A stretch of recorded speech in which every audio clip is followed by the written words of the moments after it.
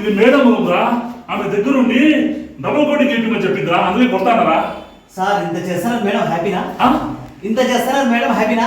ఏం హ్యాపీయో ఏమోరా. ఇట్లా ఇదే విషయం అడిగినా, ఉమ్మే నువ్వు హ్యాపీ అమ్మే ఇంత చేస్తాను కదా అంటే అది